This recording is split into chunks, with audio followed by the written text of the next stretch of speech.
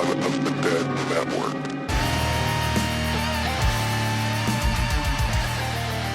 Hello and welcome to Pod of the Dead.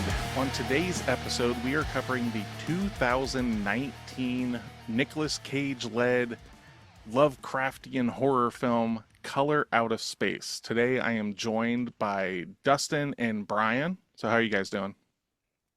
Doing good, Nick. How about you? Not too bad. So coming into this week, what is your guys' history with Color Out of Space as a story or as a movie or anything in between? Go ahead, Dustin. I read this short story a long time ago after I got into the band Electric Wizard. And then I was really stoked when the movie came out. Hell yeah. Yeah, and I was very pumped and pleased with it. How about you, Brian?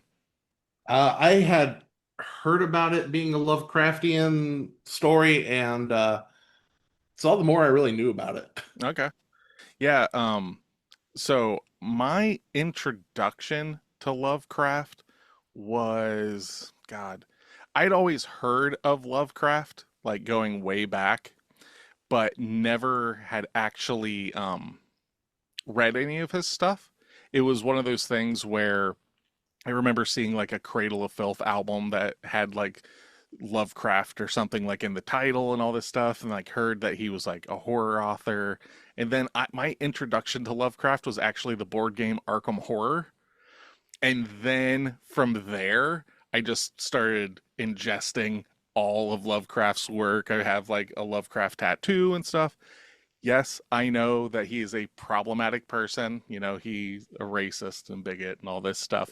And this is not me saying it's okay, but we also have to remember this was the 20s.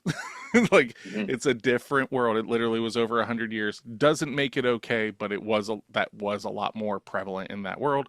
So I had read Color Out of Space and stuff before seeing this, and also there might be something wrong with me because Nicolas Cage is literally one of my favorite actors. So when I heard that Nicolas Cage was going to be in a Lovecraft adaptation produced by Elijah Wood, I was like, yes, sir. What? So I was waiting like with bated breath for this film to come out, and it did not disappoint. This is like one of my favorite like horror films in general. Do I think it's the best horror film? Not necessarily. Like there are some weak points, but it definitely is a comfort watch for me. And it also has possibly one of the greatest visuals I've ever seen in a movie, period. And we'll get to that later on. It's just gorgeous all around, I thought. Yeah, it's I love it. It's a Technicolor nightmare. Some people describe it as. Hell yeah. Which is cool because you could also say the same thing about Mandy, who comes from the same production company, Spectravision, that Elijah Wood is one of the like proprietors of. So because of Mandy with Nicolas Cage, Richard Stanley got the green light to do this. So if you haven't seen Color Out of Space, we're going to try and give our own little synopses of this film. My synopsis of Color Out of Space is a farmer and his family slam dunk tomatoes and fight a llama hydra, all while Tommy Chong and his cat G-Spot smoke weed and record the dirt on cassette. Oh yeah, a meteor crashes in their yard and the whole farm no clips out of reality. So Nice. I had completely forgot that Chong was in this, and it was she's like, oh my god, how did I forget that? He was amazing. He's so good in it too. He really was. All right, you want to give mine a try? Yeah, let's hear it. Okay, a bourbon-loving man, played by Nick Cage, wants a simple life growing crops, raising his family, and tending a herd of alpacas. His dream is abruptly ruined when a pink meteor lands on their property. Soon his crops grow and lush, but taste like death. His lovely wife and child become fused together, and his alpacas become a Cerberus-like nightmare blob. Nick's witch daughter tries to save the day by carving symbols from the Necro-fucking-Nomicon into her flesh. Will it be enough to save the day? No, it's not. It's really not. No. Hey, fact, I hey, think that's it the makes B. things Dalton worse. edition of the Necronomicon. All right, Brian, what you got? What's your synopsis? Mine is nearly as intense as both of yours, which is magenta is the enemy of all of mankind, and that's it. Short and simple. That's a tagline that would get me to watch a movie. So yeah, realistically, the synopsis of this is Color Out of Space is a 2019 American science fiction Lovecraftian horror film directed and co-written by Richard Stanley based on the short story The Color Out of Space by H.P. Lovecraft. It stars Nicolas Cage, Jolie Richardson, Elliot Knight, Madeline Arthur, Brandon Meyer, and Tommy Chong. This is Stanley's first feature film since his firing from the island of Dr. Moreau in 1996. According to Stanley, it is the first film in a trilogy of Lovecraft adaptations, which he hopes to continue with an adaptation of the Dunwich Horror. So, Yes, please. I know. I was super, super excited about that until I read that there's some problems with this. So, he was going to be doing a trilogy of Lovecraft films with Spectravision. And then his history came back, and I guess that he had been, what's the words? Got some Gations. Yes, charges were filed against a companion of his for physical abuse, but then he has countersued recently, so it's all in a gray area. All that being said, I don't think we're getting that trilogy, which sucks, but we still got this film. Spectravision has also said that because of this, they cut ties with him, and all proceeds that they make off of this film going forward go to abuse foundations and stuff like that. So I think that's pretty rad. Yeah, right on. And Yeah. there's a pretty good Dunwich horror from I think it was the 80s, maybe late 70s. Yeah, I've seen the cover of it. I've never watched it, but yeah, I have seen the cover of it. And there was a Color Yeah, Out I of loved Space it. I that thought was it was made great. in 2010, I think, and it's black and white. But yeah, there's a handful of Lovecraft adaptations. There's always this talks of Guillermo del Toro doing in the at the Mountains of Madness, and Oh, people are just yes. asking. There was test footage that came out at some point. It's never gonna happen. But God, please. Dude, he would nail that. That Yeah. would be incredible. Give me night gaunts and shit. Come on now. Or who's the guy who did The Void? Oh God, as I'm sitting you know in his front name of a offhand? poster, not off the top of my head, but yeah, Okay. Gillespie, I think is the last name. It's Astron 9. I know it's actually the same company that made Psycho Gorman, but Yeah.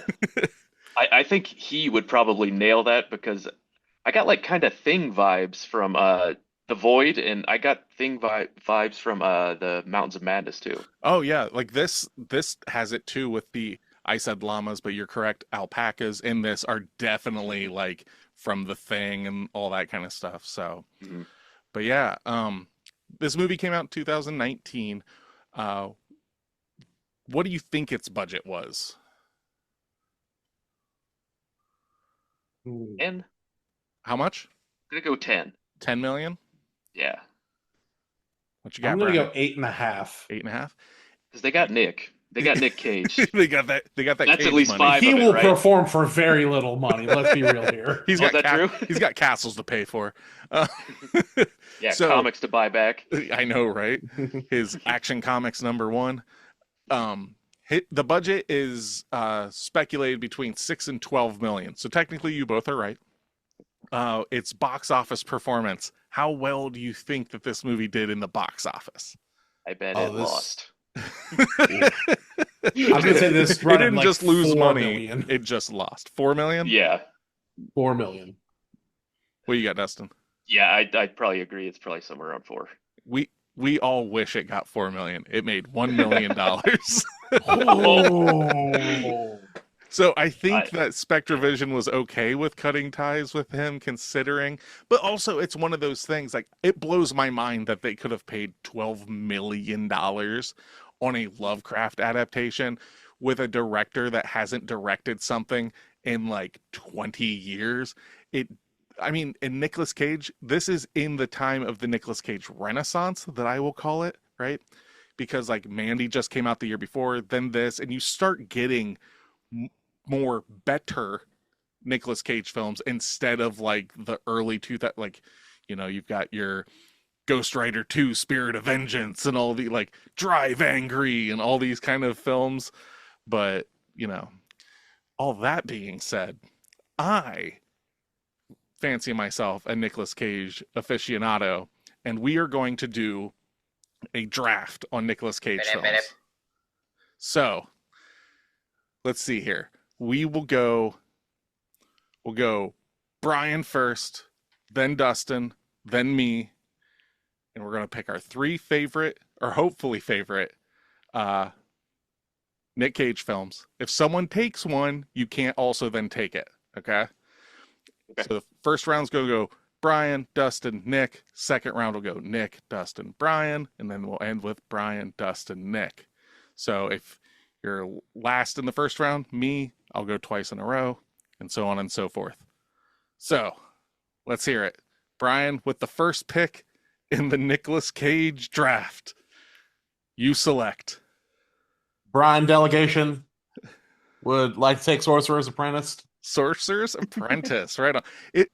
I just learned this about that film. Did you know that that's like an adaptation of the Mickey Mouse part from Fantasia? Yeah, no, and it's terrible at that, and it's not a great film overall. Were there brooms? I think so. Yeah, there is a scene where he has the brooms carrying out the water and everything. Oh, The that sounds reason fun. I really love this film is because it showcases Nick's love of a book series that I also love called The Dresden Files. Oh, yeah. I'm familiar with that. Yeah, Nick helped produce the one season of the sci-fi show that came out. Okay. And I hope that he just put money on it and then did nothing else with it because it's terrible. Oh. It carries the namesake, but they changed all the characters. And I feel that with Lock and Key. That's how I feel about the Lock and Key TV series. Yeah. But what he is dressed up in that film is exactly Harry Dresden. Okay, cool. So because he plays the sorcerer from Fantasia, and then there's a younger kid that's basically playing the Mickey Mouse character. Yeah.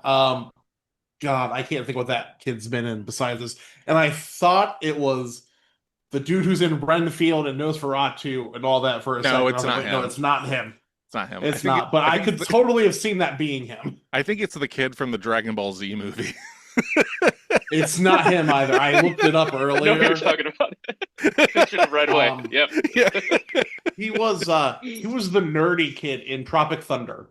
Oh, okay. So brave of them to pick a white guy to play Goku, wasn't it? It was. So brave. So brave. All right, Dustin, with your first pick in the Nicolas Cage draft, what do you got? My all-time favorite of his is Kick-Ass. Oh, nice. I love that movie so much. Hell yeah. Maybe one of the best comic adaptation movies. Yeah, that first one fucking slaps. Yeah. I don't have much to His say name, about it, but yeah, his name's Big Daddy. Is that his name? Yeah. Yes, very much so. He's a giant fan of Adam Sandler. I think I see why you picked that one. you like a Nicolas Cage in spandex. I get it. My first just pick ruled throughout the whole thing. Yeah. Oh yeah, it like I'd read the comic series and stuff like by was it Joe Mark Romano Miller. Jr., right? And, yeah, I think Miller wrote it. Miller Yeah, it's Mark Millar. Yeah. Okay. Millar. Yep. Sorry. Yep. But yeah, I We remember got there. I remember reading it and everything. It was dope. Movie came out, slaps. The second one I don't even remember. I know that I saw it, but I don't remember it. It was good. Yeah, I thought it was still good. Was Yeah. You I don't could have done remember without Jim characters Carrey. like the motherfucker? I remember that, but I don't remember much else. McLovin being the motherfucker is about all I remember. So for my first pick, it's a movie. It is without a doubt my favorite Nicolas Cage film, and it's Joel Schumacher's 8mm. I don't know if you guys have ever seen that. It's written by the same guy that wrote Seven, and it's basically Nicolas Cage as a private investigator tasked with tracking down the people who created a snuff film. An old lady's husband dies, and she finds it like in his private possessions, and he goes to like hunt them down and everything, like try to find out who made it and everything. And it's super dark. It's got a young Joaquin Phoenix in it. The dude, what's his name? Something Stormmeyer, the dude that played Lucifer in the Constantine film. He plays like the fucking porn director that created the film. It's super dirty and grimy. It's like from '99. It just drips in that stuff. That's my favorite Nicolas Cage film of all time, and I literally just watched it yesterday. Man, I'm failing so far. I've only seen one of those, and it was my suggestion. I'll say so. So it's a documentary, right? Yes, absolutely. Yes, shot in real time. This is just what Nick does at his off time. Yes. Nicolas Cage, not me. All right, so now we're going to loop back around, and let's see here. I'm going to take, for my second pick, I'm going to take my second favorite. It's like I've subjected too many people to this film that just I knew weren't going to like it, but I was like, you have to like what I like, and that's Mandy.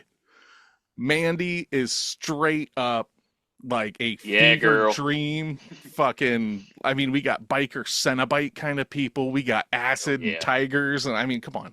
We got Nicolas Cage chugging vodka in his like underwear, just screaming. I mean, and we get people doing coke by sticking their face in it and just inhaling. Yes, sir. And by people, you mean Nicolas Cage?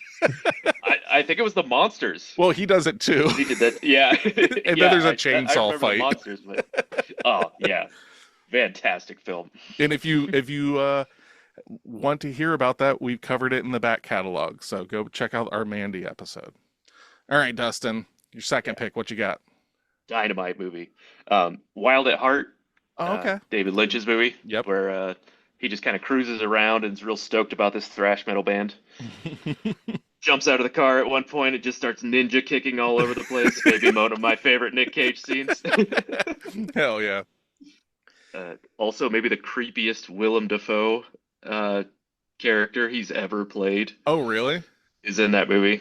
I have not seen that movie in forever. What's his name? Yeah, Bobby Peru. Oh, shit. Look up a picture of him. Okay. Nice. Yeah, no, I've seen a handful of Lynch's films. I think I've seen that one, but if I have, it was a long time ago. Yeah, it's a joyous rewatch for sure. All right, Brian, second pick, what you got? I'll go with Willy's Wonderland. Nice. It's not a great film. Says you. Yeah. My word is law. We know you this. Ask my son Wesley, it is one of the greatest films ever made.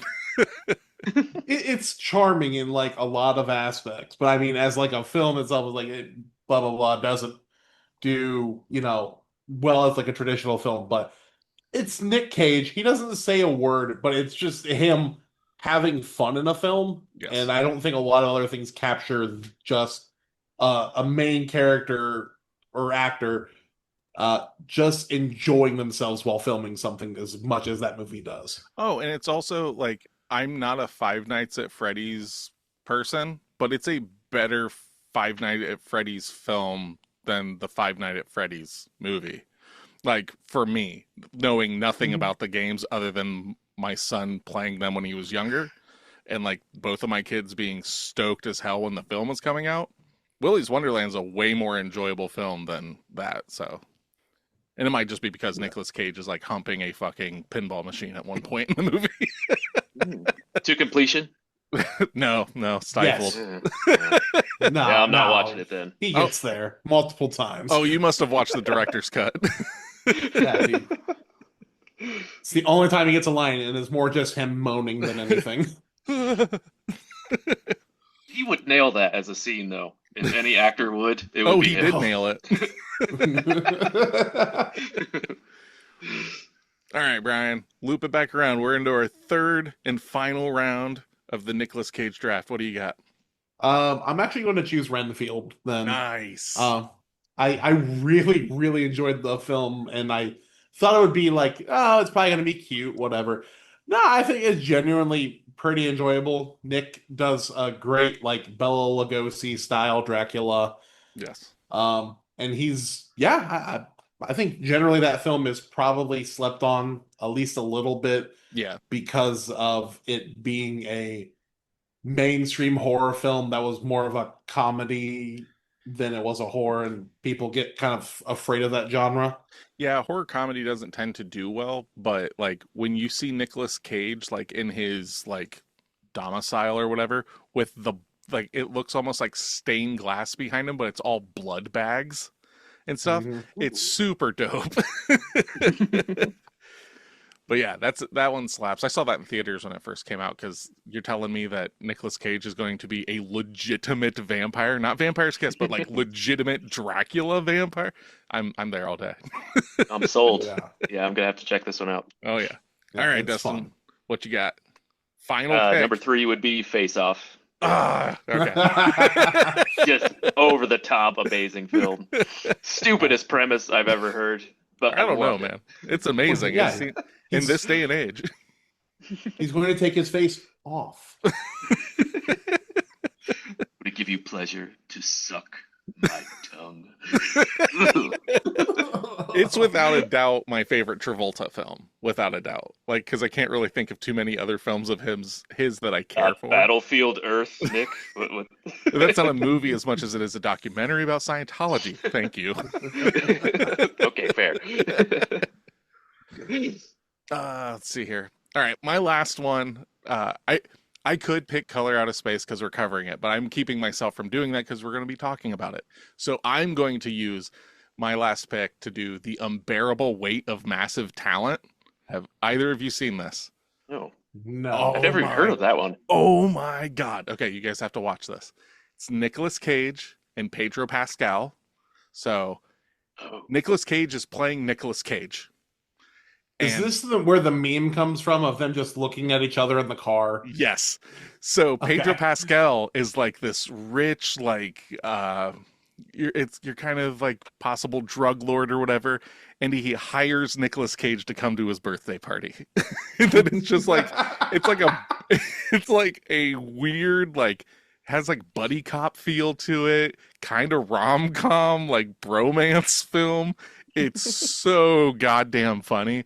I have watched it probably 5 times and it's only been on a couple years. Super, super good. If you're looking for just dumb funny, like, and not like, it's not going to be the funniest movie you've ever seen, but you want to see Nicolas Cage play Nicolas Cage, that's what you're getting. So I'll watch anything with Pedro Pascal. I love that guy. there you go. Absolutely. I wish HBO would stop killing him in some brutal ways. Because it hurts my soul each time. But he always gets out before the show gets bad. Well, maybe the show No. gets bad because he's dead. Yeah, I like that one better. Yeah. Well, then he's got to stay alive as Reed Richards, so the Fantastic Four movies are good. No, we just. I was need Ben actually Grimm. joking about how That's funny it. it'd be if he died in the first. And then if he's Galactus just stomps on him. And then he's replaced by Sean Bean, and then he's killed instantly. All right. So, those are the movies you got to check out if you haven't seen any Nicolas Cage films. If you haven't seen any Nicolas Cage films, you've been living under the rock. Boom. But, okay. So, You fucking whore. I know, right? Get out of here. Get off this podcast right now. So, Brian, Mhm. I know that Dustin and I have seen this before. Had you seen this before? No, this is the first watch. Okay. So, going into this movie, did you think that you would see Nicolas Cage doing some weird interpretation of his father throughout it? Because I'm not sure what kind of voice he's trying to do, but it is a choice. I'm just mentally scarred that he was so horny in this film. Oh, yeah. So horny. Yep. Like, he's a step away from Don't worry, he's asleep. We can still do this. Yeah. Just I believe put there a was blanket talk over about his face. amputated legs too during that sensual talk. Yeah. Was it legs? I miss. I don't know. Like I obviously. think she mentioned something about what if I had no legs. Oh yeah, yeah. Mhm. It's like, They The kept classic, going. what oh if yeah, I and was he a goes, worm? yeah, he talks about like jamming her in her fucking luggage, fucking her. I forgot about that. That was all probably ad lib too. That wasn't even in the script. I actually kind of liked his voice when he was being a dick, though, because sometimes when people are being dicks in horror movies, it just like it brings the vibe down. But Yeah. this, I just laughed harder. Yeah, it's like I was saying, it's such a choice because he's like, now listen here. Like it's like this is like Yeah. kind of like up in his like in his sinuses when he's talking. Yeah. Like, are you gonna be an artist or why don't you just get the fuck out of my face? Like all that and shit. I'll stay the fuck away from you. Yeah. It's so like I just want to see a prequel that is Nicolas Cage playing his dad, so we can get that character because I'm The whole time. Yeah, I want to know who this character is. Like, Yeah. those are the The snapshots we booze, get. was that from his dad too? Possibly Dad, booze hound. there is I've there never is a seen anyone put bourbon in their nose to avoid a smell. or put That's bourbon the first time I saw that. or put bourbon on like fucking like reptile Yeah. skin. Like I'm gonna have to it's- keep that one in my pocket for later. like it's an antiseptic. Yeah, just I rub a mean, little on there. it's technically alcohol, so maybe, but It's just drying out the skin. Once it's dry, it heals. That'll fix my reptile skin. I've got reptile dysfunction, guys. Yeah, he looks like. Remember hearing about those people that used to do crocodile? Oh yeah. Yeah, that's what I pictured. Was yeah. So talking about his dad, right? So when he sits down to watch TV in the living room, a photograph of his father can be seen at the side of his armchair. And the man in the photo is a young Robert E. Howard, the creator of Conan the Barbarian. And he was close friends with H.P. Lovecraft and was one of the other writers of the Cthulhu mythos. He wrote some short stories that are mixed into that. So, Oh, very cool. like the attention to detail on all these little things is ridiculous in this movie. So, like even his daughter in the movie, Lavinia, is taken. Lavinia's name is taken from another character in the Lovecraft like Cthulhu mythos. There's just all these different things. Tommy Chong's character of what's his fucking name, Ezra, is also another character. Like they just took all this stuff and just jammed it into this little universe and everything. Anytime they reference other towns, it's always Arkham or it's always just these other towns that are in the mythos. Even when the water surveyor Elliot Knight shows up, or not Elliot Knight. Elliot Knight's the actor. Ward Phillips shows up. He's wearing a Miskatonic University shirt. So it's like just love from like this is a passion project. You can feel it. They read one H.P. Lovecraft film or a book, and it became their personality. That's me. That happened to me right away too. When I first got into him, yeah. I didn't Yeah. know about all the racist shit back then. But Yeah, because you know what? His books really weren't. I don't remember any racist rants or anything. Do you? okay. There's some stuff. Oh, is there? So his like different races are actually caricatures of his like racism and stuff. So like fish people and stuff are basically his caricature of like Jewish people and Oh, stuff God like damn it. stuff like that. Yeah. How dare you ruin fish people? How That's so dare- fun. I am one of those people though, like it's so far removed and everything, like it's 100-year-old text, that I'm just like, yeah, it's problematic, but this shit still slaps. Like I don't fucking Yeah. Who are the old ones then? Do you know? No, it's Who was mostly that referencing? no, like the other one was like there was God, it was like some sort of like I'm going to be butchering it, but I think I'm in the right ballpark. It's some like savages and shocker. He's referring to like African people and like native, like indigenous people with those people, like with that kind of race. And I can't remember exactly which one it is, but it's like, He's also like complimenting them because I believe the old ones fell from the stars. I mean, that's cool as shit. well, yeah, but like he's definitely not like he's this fucking New England like agoraphobe basically that wrote all these fucking like stories about his actual fears and masked like all of like and these people mutated into these unhuman things, and what he's basically saying is like Jews are bad. do not cut this out and use this against me. You know, he's like, I'm recording this separately, by the way. Jews are bad.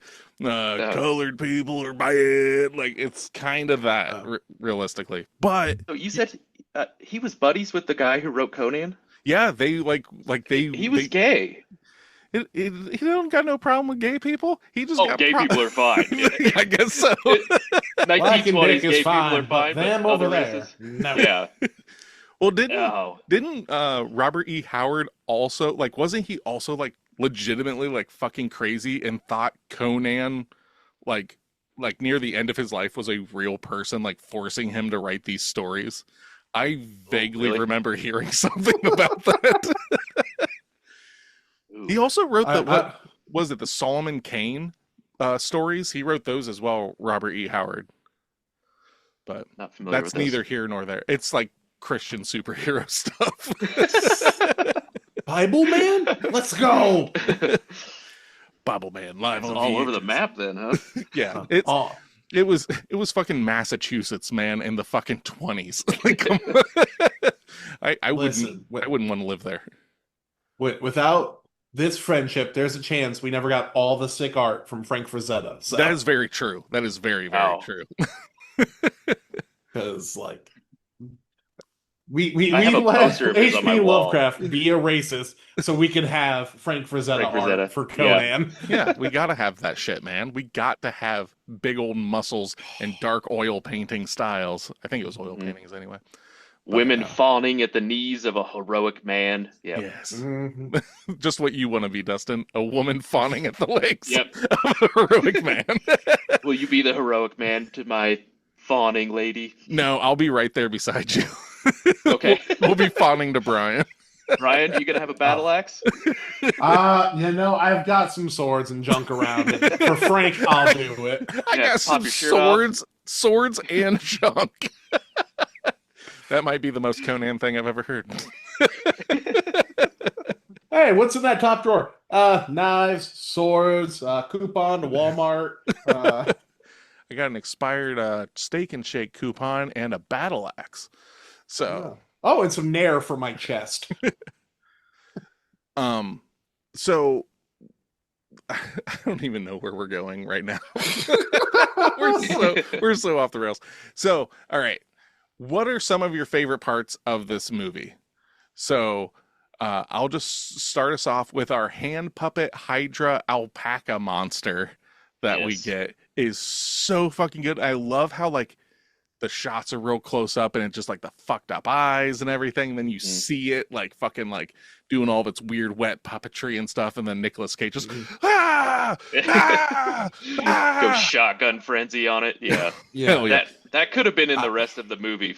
I mean, it would have made me so happy if that became like a main character. The shotgun or the alpaca? Oh, yeah, no, the alpaca. Yes. Oh, yep.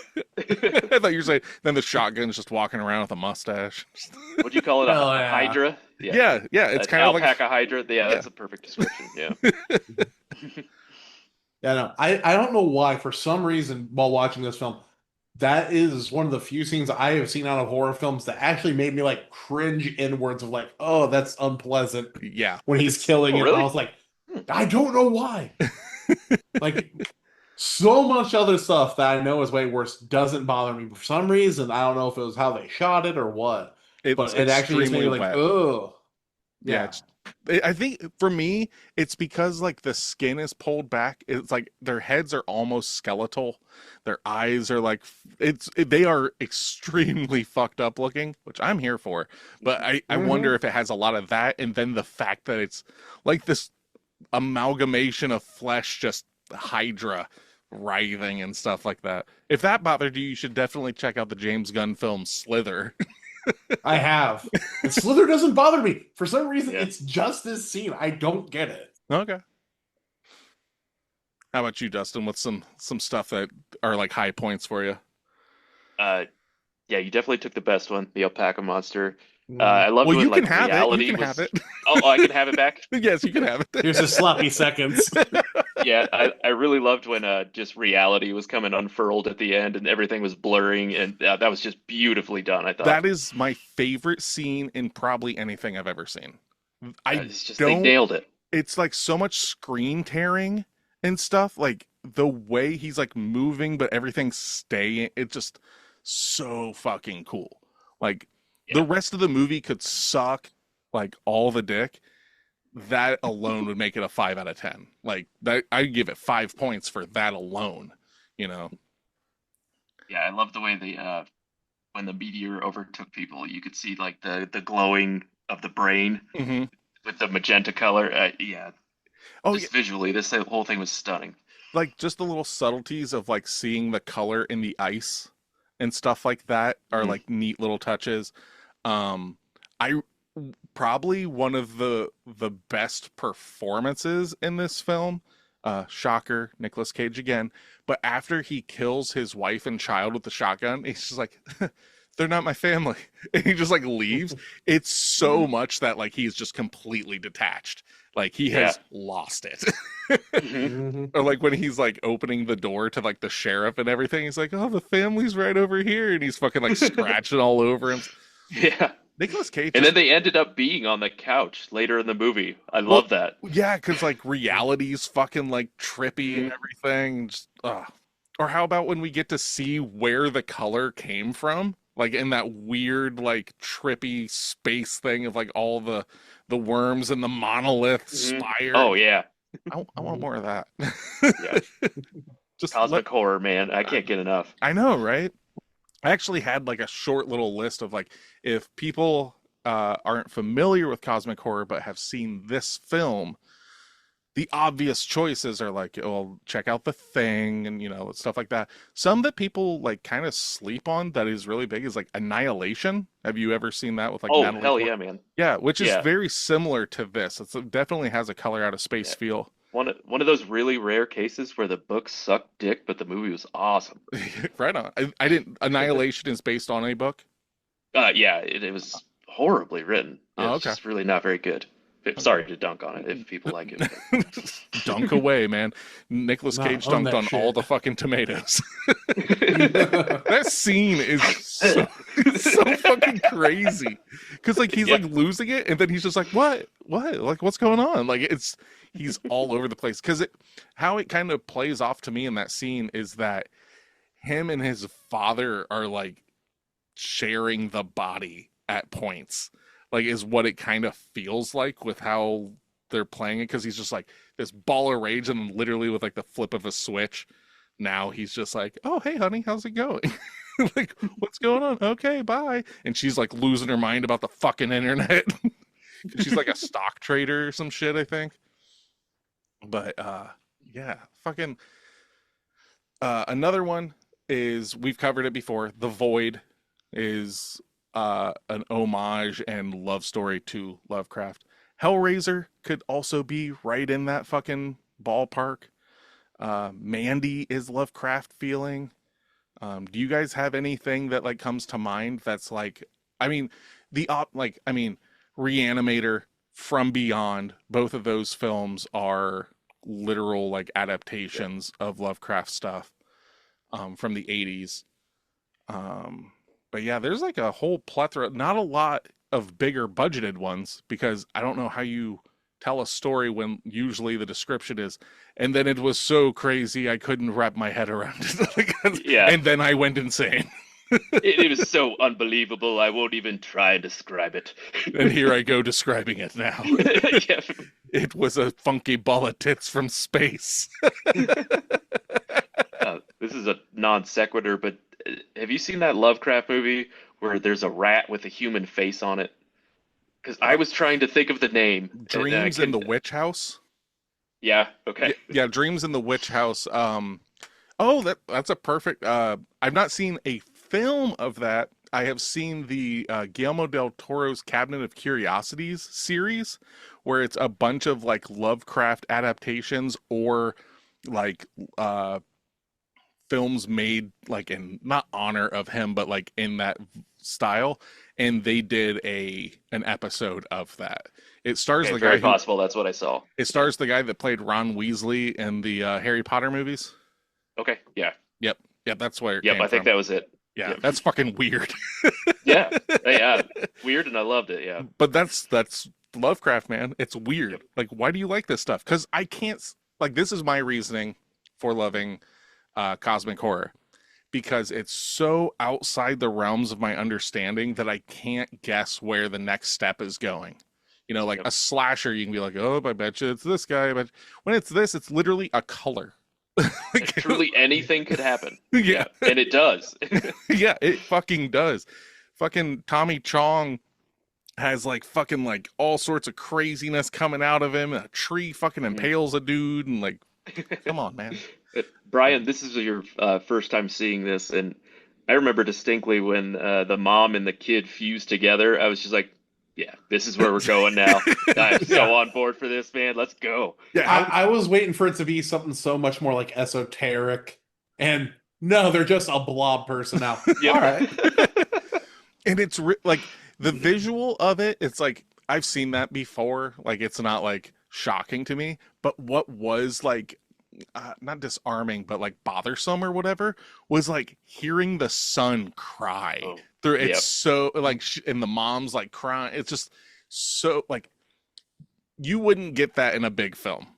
Like they would be Yep. like, no, that's just too much. And it's like, no, Yeah, we're those gonna were bad noises. yeah, we're gonna make this really fucking rough. Like the son's hurting them and everything. We gotta take them up in the tarp, and then she turns into a crazy ass spider kind of lady. Oh yeah, More yeah. spider Threw the ladies. daughter into the attic with her. Which, Oh yeah, I go just feed your mother. Yeah, that's like a common theme in a lot of his books. There's always like some creep locked in the attic. Yep. I believe that happens at Dunwich too. Yeah, Dunwich is basically about this guy that's born, but he's born of like cosmic blood, and as he gets older, he's like he a gets like halfsy, I think. yeah, he's like a half star born or whatever. Mhm. And as he gets older, he starts becoming more like that and shit, and like basically like starts taking out the town. Like it's like this ball of fucking tentacles and eyes and shit. You know, a tale as old as time. Yep. Yeah, that guy was one of a kind. Do you have any favorite metal songs that are based on Lovecraft? Oh, good lord. I wrote down a couple. Okay, we'll start with yours. What do you got? I already mentioned Electric Wizard earlier, but Dunwich, that Okay. song's awesome. Sleep has one called Antarctic Installed, which is based on the Mountains of Madness. Okay. And I didn't know Black Sabbath's Behind the Wall of Sleep Oh yeah. was based on a Lovecraft. I haven't read that one. Yeah, that's But yeah, I that's love that song. I Turn your would- body to a corpse. If I could make this real easy, I'm not gonna list songs. I'll just say the band Portal. Literally all their songs are Lovecraftian, to the point where I think it's on their album Swarth. It might be Vexavoid, which is like Swarth is their third album, Vexavoid's their fourth album. They just created their own like fucking Cthulhu-esque language, and that's what all the lyrics are written in. Ooh. And it is just the darkest. It's just like black and death metal, but it's just swelling. And check out the song Curtain. The video of it is basically a retelling of what is it, the Great Worm by Edgar Allan Poe, is like what the video is supposed to be a retelling of or whatever.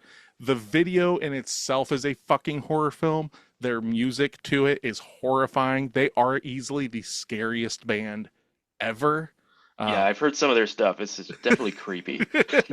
So It's hard to describe too. yes, it's just a lot of it sounds like a car shifting with drums, it sounds kind of like that. Other Lovecraft stuff. The band Revocation has an album. I don't have it off the top of my head. I'll look it up real quick. But they have an album that is basically just Lovecraft worship. Let's see here. It's a couple albums back. The Outer Ones. So if you like stuff like Black Dahlia Murder and stuff like that, it's in that like kind of stuff.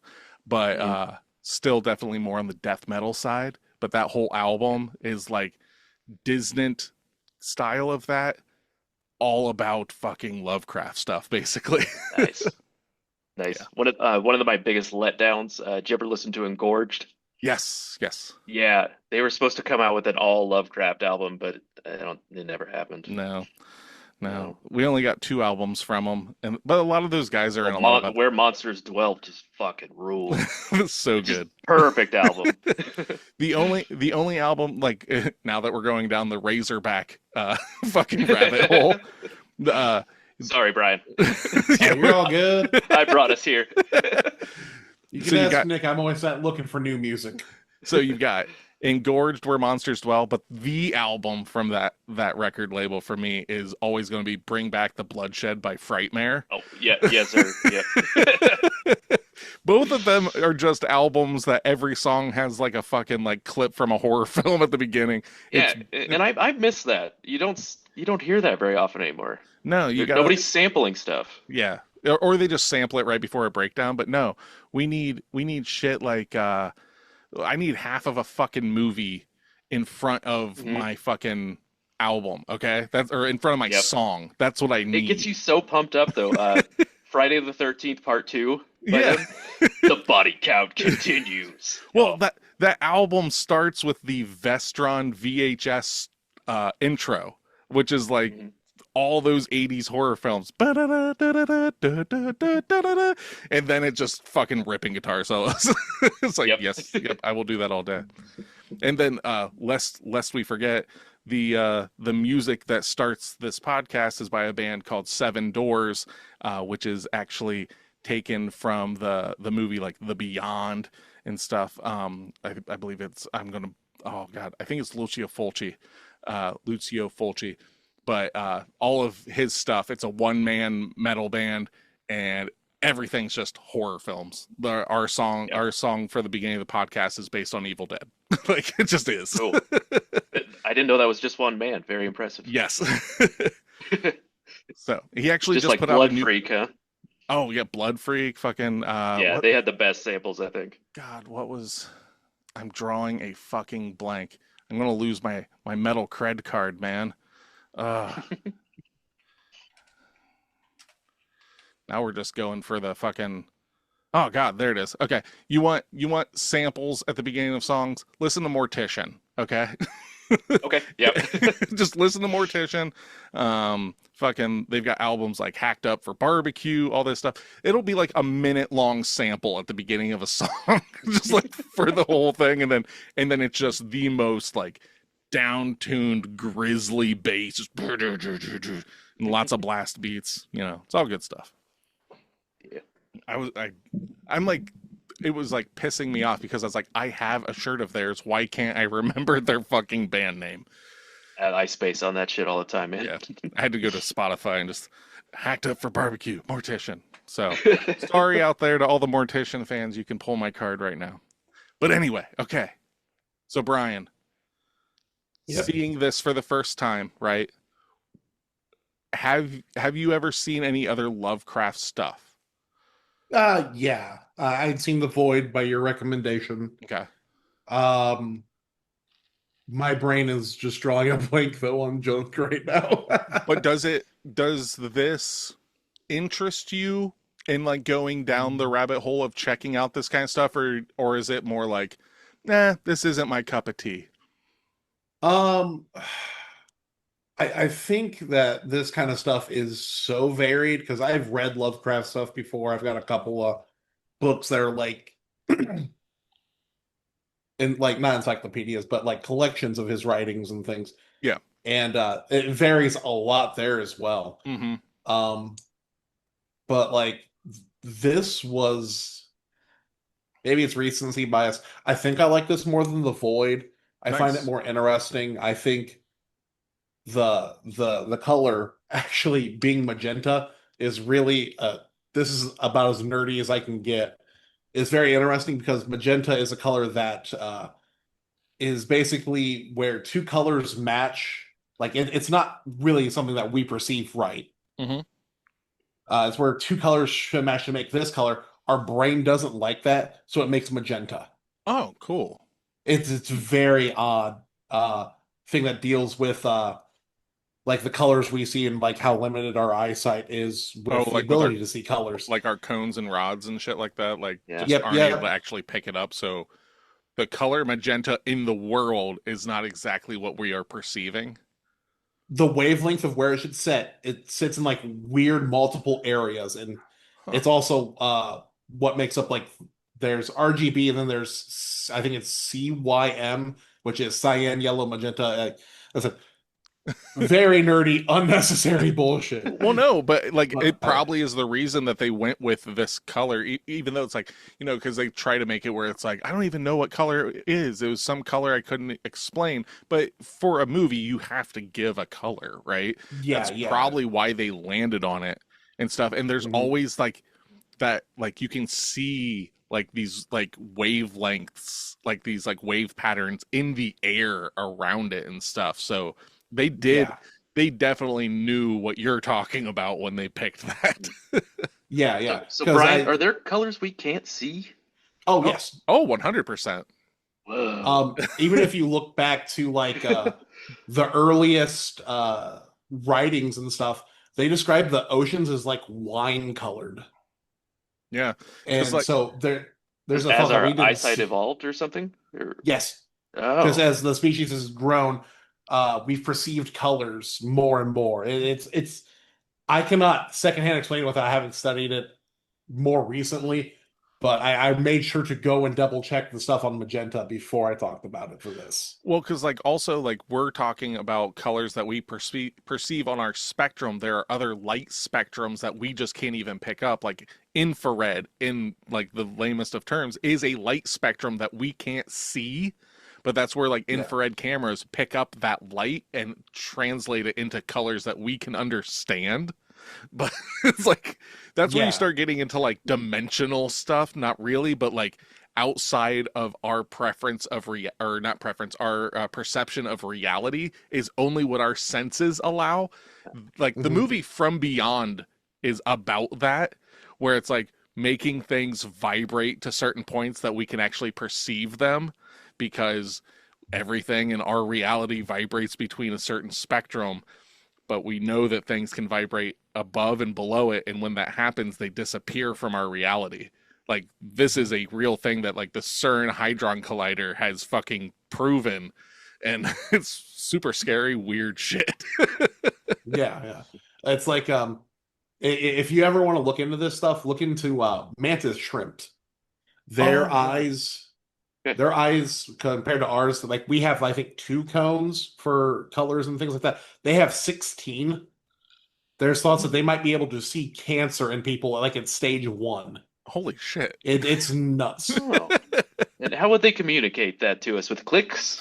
Click click the claws? through It hip hop, is something I interpretive have dance. heard, and I have browsed articles on it, but I've never delved in enough to like understand why and like how they think this works. Yeah, that shit's Hip-hop.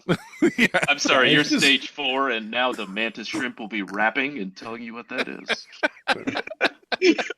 Oh shit, he's doing the flamenco dance. That's terminal. It's just a Sorry. little shrimp with like a little surgical mask on, like like break beating. Oh, Oh no. we just need a Grey's Anatomy version with the shrimp from Pepe the Shrimp from the Muppets. Oh hell yeah. Oh, yeah. Yep. He's my favorite. Oh God, I love him. Okay, so now that we're talking about Pepe the King Prawn, I think that we've covered this movie. Would you guys agree? Is there anything else about the film that you would like to bring up? I don't think so, man. I think we've covered it. All right. So if you guys would be so kind, I'm going to do the shilling part now, you know. Hooray. So, you know, leave us 5-star review, you know, like, comment, whatever, you know, send this out to people that you think would enjoy listening to the podcast. Share it with grandma. You know, she's like hooked up to some IV tubes and stuff. Just turn it on, add it to her. She can't stop it. You know, like just let it happen. Because that does help. It gets like the more people that listen, the more people that share and stuff. It gets us in front of more eyes. It pushes us up through the algorithms and stuff like that. Below in the description and stuff will be the links for our link tree and website and all that. YouTube and Spotify have the videos of this, so if you want to see our ugly mugs, you can see us there. Hey, My ugly mug, I'm sorry, and these two angelic creatures, but yeah. So thank you. For Pot of the Dead, This is I why am we get the Nicholas. Frank Frazetta piece. That's right. For Pot of the Dead, I am Nicholas. I'm Dustin. I'm Brian. Come back and listen to us, or else.